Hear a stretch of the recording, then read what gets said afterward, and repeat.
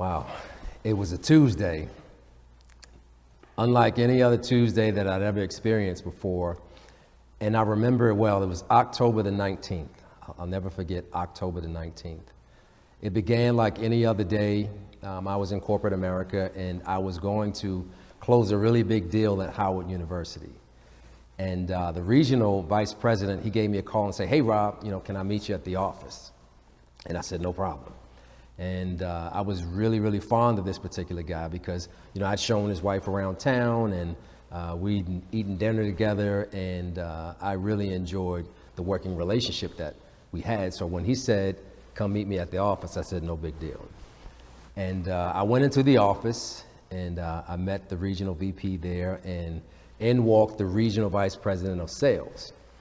This young lady I had helped to train, so she was an ally, she was a comrade. And so I was surrounded by friends. And my first thought was we were getting ready to go to breakfast. And the regional VP said, "Let's go meet in your office." Now, to set the scene for you, my office is really big. It's a corner office with a scenic view.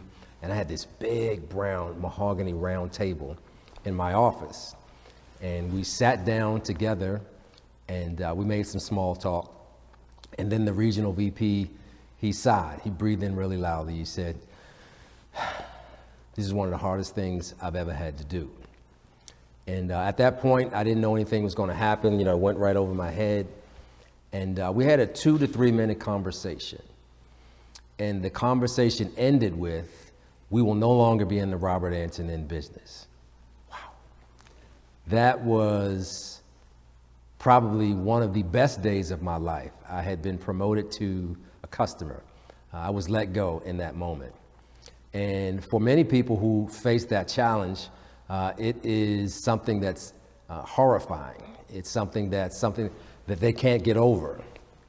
But the reality is, a year and a half prior to that day, October the 19th on a Tuesday, I had been praying faithfully to God that he would put me in a position where I could use this gift that he'd given me to speak.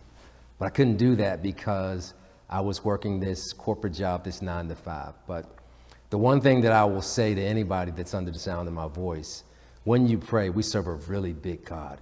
If you have the faith to believe, just know that he can do exceedingly and abundantly in your life.